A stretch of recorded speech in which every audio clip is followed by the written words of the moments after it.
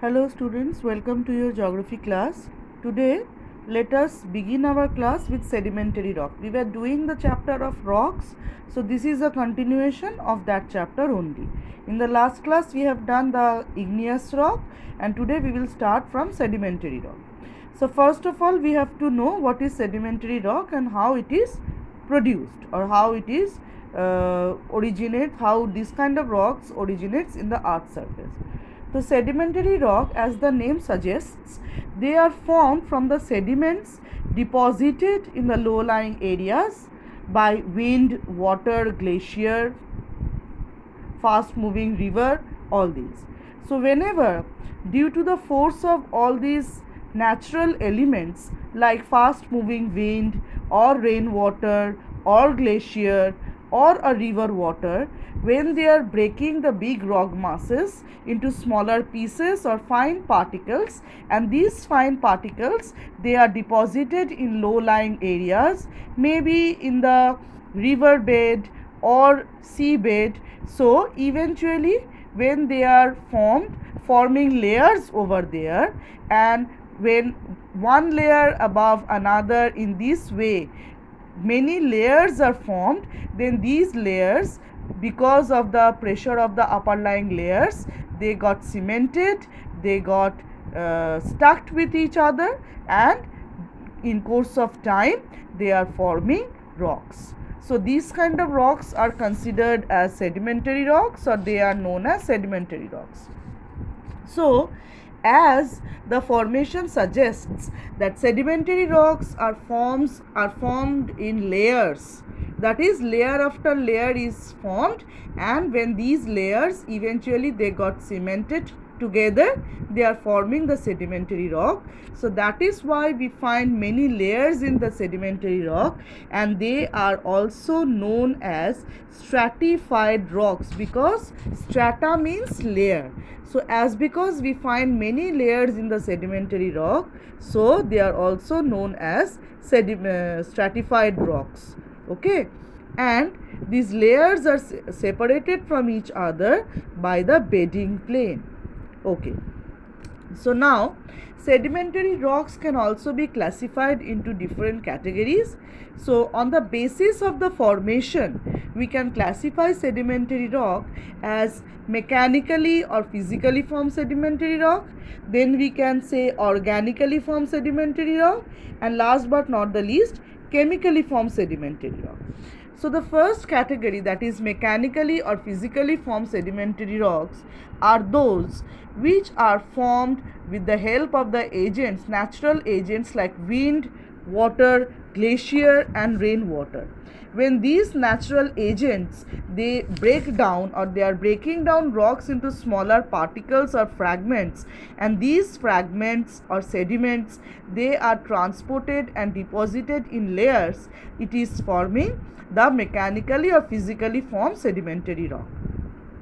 Okay, so this kind of sedimentary rock, they are actually formed from loose unconsolidated rock particles like sand and clay, and they became hard and compact due to the pressure to form sandstone and shell respectively. That is, from the sand particles sandstone is formed, from the clay particles shell is formed. Okay, and these kind of sedimentary rock, best example of this kind of sedimentary rock is conglomerate and breccia. Okay, so if we learn these points only from this part, that is mechanically formed sedimentary rock, only we are learning these 2 points, I think, rather these 3 points, I think that is sufficient for us. We need not have to learn the rest of the points. Now we will move on to the next category or next kind of sedimentary rock, that is organically formed sedimentary rock. Sometimes children, along with the loose particles of rock or rock particles, the leaves of trees or twigs or wooden logs, all these things also, they also get broken down, or they also get sedimented along with the rock particles, and they also take part in the formation of sedimentary rock. When we find these kind of organic things more in the sedimentary rocks, we say that these are organically formed sedimentary rocks. So these organically formed sedimentary rock, again they can be subdivided into two categories. One is the calcareous sedimentary rock, another one is the carbonaceous sedimentary rock. Okay, so calcareous sedimentary rock means when the sedimentary rocks, they contain calcium and they include the shell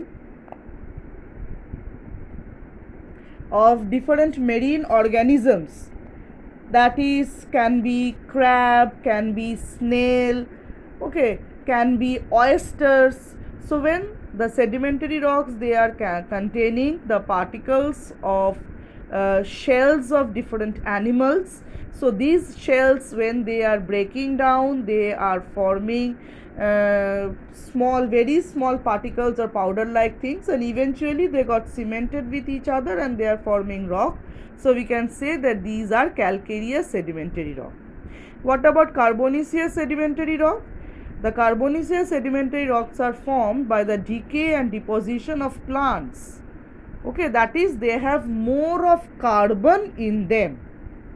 The best example of carbonaceous sedimentary rock is coal or different varieties of coal like peat, lignite, bituminous, anthracite and all those. Okay.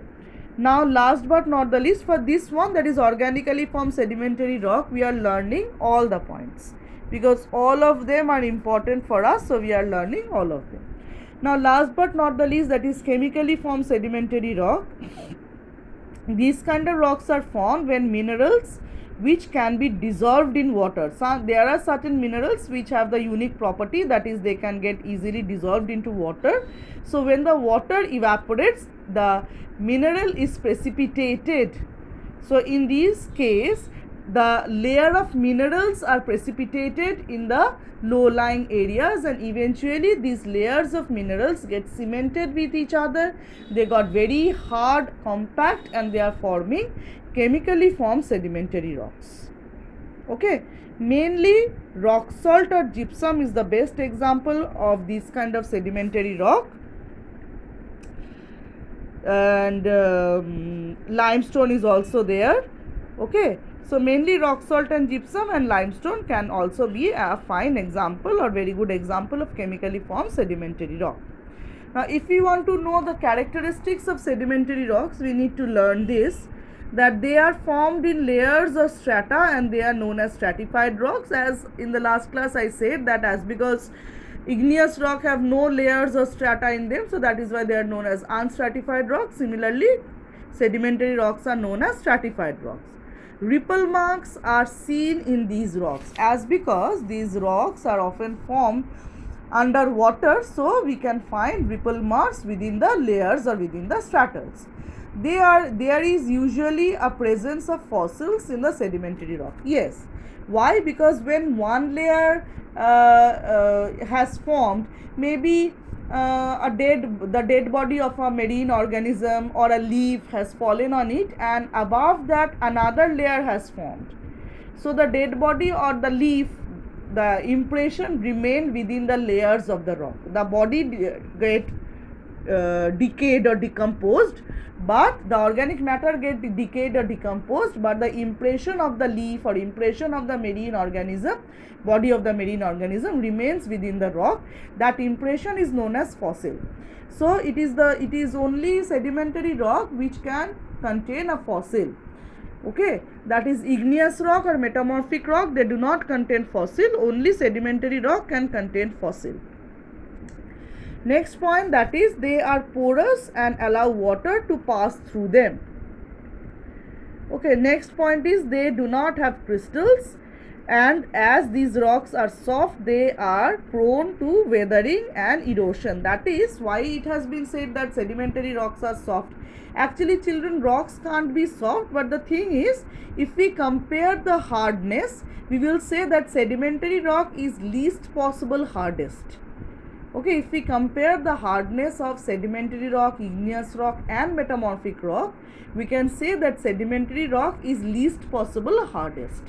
Okay, so that is why it has been said that because they are soft in nature, so they are easily weathered by the forces of nature. Now, uses of sedimentary rock. Petroleum occurs in sedimentary rock. Okay. Next thing is, these rocks provide iron ore, phosphate, building stones and materials for making cement. And last but not the least, they are a source of rich alluvial soil. That is, from sedimentary rock, alluvial soil is produced, or alluvial soil is produced from the sedimentary rock, and alluvial soil is very fertile, very good for the growth of different kind of crops.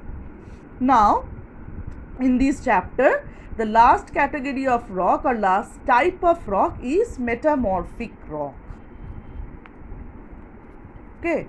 Now, can anybody tell me what is the meaning of the term? Do anybody know the meaning of the term metamorphosis? Okay, metamorphic rock. Okay, it has, the name has been derived from the word metamorphosis. So, what is metamorphosis? Metamorphosis is actually complete change. Okay, change in physical appearance and chemical composition as well. That is the total change in any substance, that is known as metamorphosis.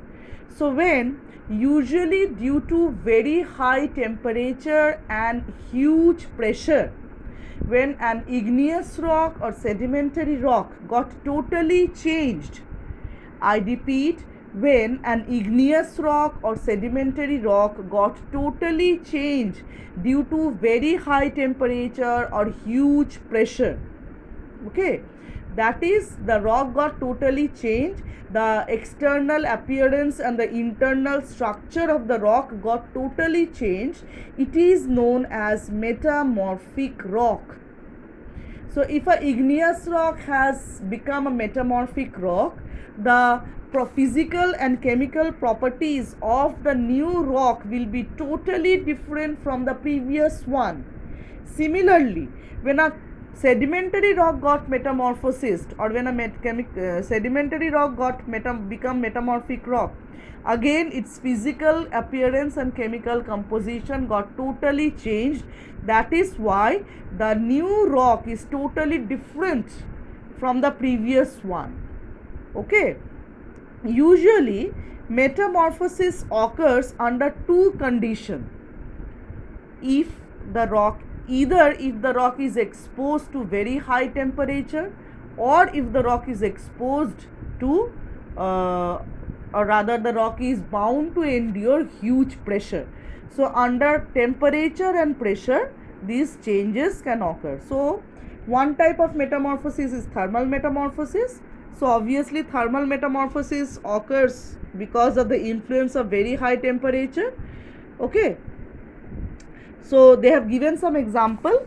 Due to thermal metamorphosis, sandstone can become quartzite, shell can be changed into slate, coal can be changed into graphite, and limestone can be changed into marble. Similarly, dynamic metamorphism. So, dynamic metamorphism occurs under immense pressure. When a rock is exposed to immense pressure, it got changed, and this type of metamorphism is known as dynamic metamorphism. Again, we have got some example like granite changes into gneiss. My dear children, the pronunciation is gneiss over here, G-N-E-I-S-S. G is silent, we will pronounce it as gneiss only. And another example is clay changes into schist. Okay, so these two are very good example of dynamic metamorphism.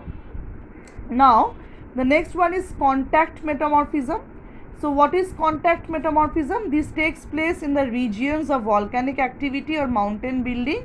So, molten matter comes in contact with the existing rocks under tremendous heat over a small area. So, as because this kind of metamorphism occurs over a small area and because of direct contact with very hot lava, so it is known as contact metamorphism. Next is regional metamorphism. When metamorphism occurs over a very large area, due to the movement of the earth, it is called regional metamorphism.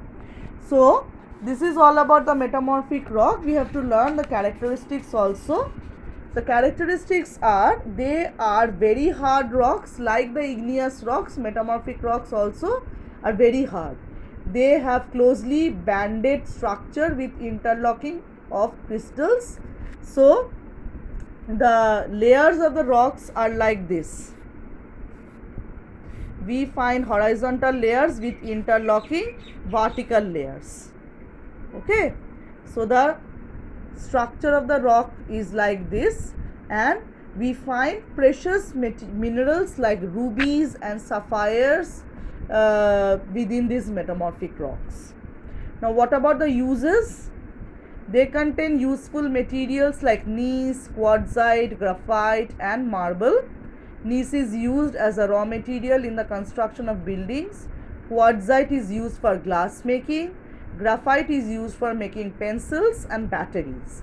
So up to this much we will learn this chapter, children. We will not learn rock cycle because that is not at all required for us. One more thing I would like to tell you to learn, that is the glossary. Please learn each and every word of the glossary along with their meaning. Okay, they are very important. So today I have finished this chapter. So if you have understood the whole lot, please go through it. If you have any problem, please let me know. Please ask me. I will definitely clarify your doubt. And next class I will upload the question answer of this chapter. For the time being, please learn the chapter thoroughly and stay safe. Okay, thank you.